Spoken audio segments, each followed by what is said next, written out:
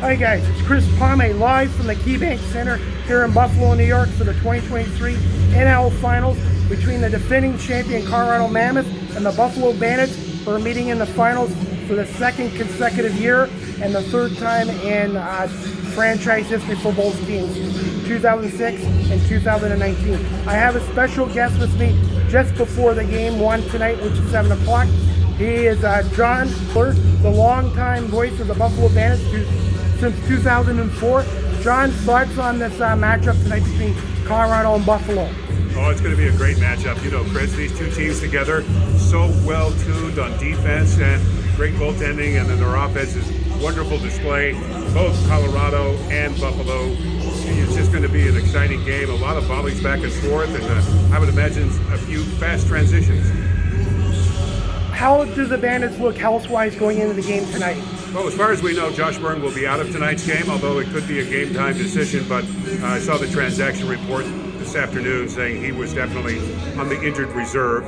That means Dylan Robinson comes up. He's been out for a handful of games, so he'll come back on defense. And I would imagine that Ian McKay will take the forward position tonight exclusively. Who are some of the other Bandits to look for a big game tonight, possibly? Well, certainly Dane Smith. I mean, obviously he doesn't have his man with him, Josh Byrne, so Dane's going to have a different style of game. You know the way he plays from the left side and curls in, and he's got a great shot no matter what. I think the key against Colorado will be more activity in the middle. That's one of the things that they lacked last year, was not playing gritty in the middle. And head coach John Tavares would say, we need to play gritty. So I would imagine there'll be more traffic in front of the net. Depending on who that might be, it could be Kyle Buchanan, who scoots from behind the net and slips one in. And then, I always look for the most unlikely player, and, Justin Martin may be scoring a goal tonight, or Bryce Weeding, or somebody like that will come out of the blue and score. A little fun fact about Justin Martin, his grandfather, Pete Martin, played for the Toronto Argonauts of the CFL. Great sports news on that. Definitely. Who are some key players to watch out for the Colorado Mammoths tonight, and what makes this team more dangerous than they were in the regular season? Well, certainly Zed Williams, the local boy. He's just been phenomenal with Colorado, and he's got a great shot. Low center of gravity, a very strong style of player. He can take 2 or 3 players with him and score as well. He likes to sneak behind the net and make a half curl and come up with that really nice shot going either to the far side or the near side. And then we can also watch him at the top of the slot, where he's just got a blistering shot all the way from the restraining line. So he's one of the players. Certainly Ryan Lee, who this year is healthy, he'll add that much more to the offense, and Connor Robinson. And the defense guys will step up too, as Steve Dietrich, the general manager of the Bandits, said, 2 highly underrated defenses that don't get enough credit. And granted, both Buffalo and Colorado have wonderful defenses, and you've got a mobile guy like Warren Jeffrey as well for Colorado, who could be and probably will be a threat.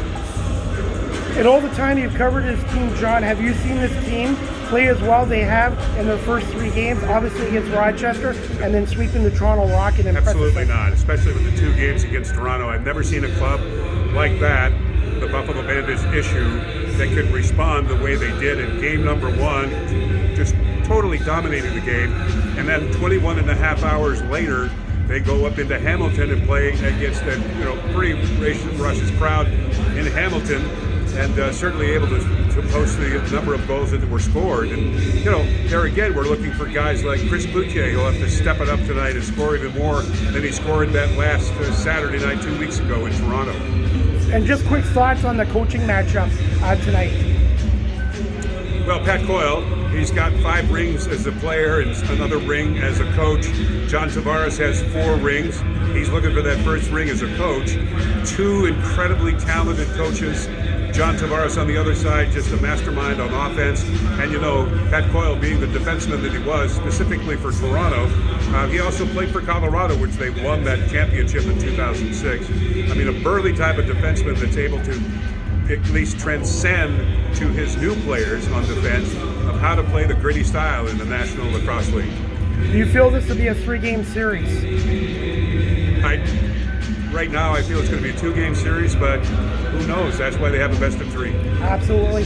And if you can't make it down to the game tonight at the KeyBank Center here in the Buffalo area, where can people tune into the game with you and Randy? Well, it'll be with Randy's on special assignment with the NCAA over at the championships for college lacrosse. So it'll be Steve Bermel working the booth.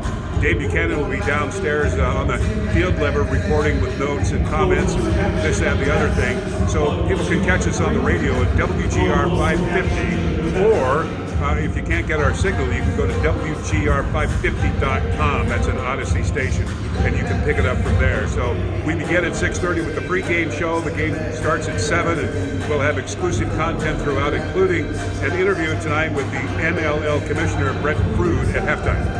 Well, John, I want to say thank you so much for doing this. Okay, and Chris. Have a great radio call, and good luck to the Bandits this series. Thank you.